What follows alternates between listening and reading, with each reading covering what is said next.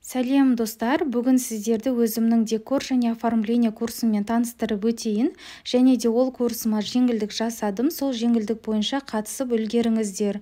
Ол жерде осындай цифра торты жасауды үйренесіздер. Және де мен сіздерге трафареттің жасалу жолын, бір цифралық коробкаге екі цифраны қалай сыйдыру керектігін барлығында қыр-сырын үйрететін боламын. Сондықтан осы курсыма қалмай қатысып үлгеріңіздер. Және де ол жерде сіздер букет торттың жасалу жолында үйрене аласыздар. Букет торттың жасалу жолын үйреніп алсаңыздар, сіздерге өте көп пайда қалатын болады. Және де тапсырыстар өте көп түсетін болады. Және де ол жерден сіздер тортты әсемдеуді, торттардың жасалу жолын, тортқа әдемі жазудың жолын барлығында үйренесіздер. Және де ол жерде мастикамен жұмыс жасауды да үйретемін. Қандай мастикамен жұмыс жасау керек, мастикаға сахарный вафельный бумагаларды қалай жабыстыру керек, және де оны торттың үстіне қалай қою керек, барлығында үйрене аласыздар.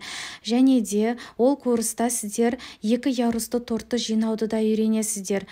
Екі ярусты торттарды жинап қана қоймай, ішіндегі торттың, бисквиттің, начинкалардың, мустың, шоколадный мусс, йогуртовый мусс барлығында жасап үйренесіздер. Сол курстың ішінде барлығы да бар.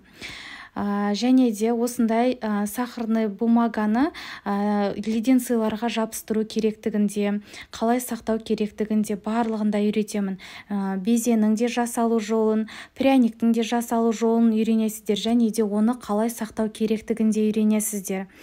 Осы курстың ішінде осы жерде суретте тұрғанның барлығында үйренесіздер. Сондықтан міндетті түрде қатысып үлгеріңіздер. Қатысу үшін Каспий Голд номеріне төлемді жасайсыздар, және де сол номерге чектеріңізді жібересіздер. Мен сіздерге ссылкасын жіберетін боламын. Қаласаңыздар Instagram парақшасын ссылкасын жіберемін, қаласаңыздар YouTube каналдың ссылкасын жіберетін боламын. Қайсысы ыңғайлы, сол жерден көре аласыздар.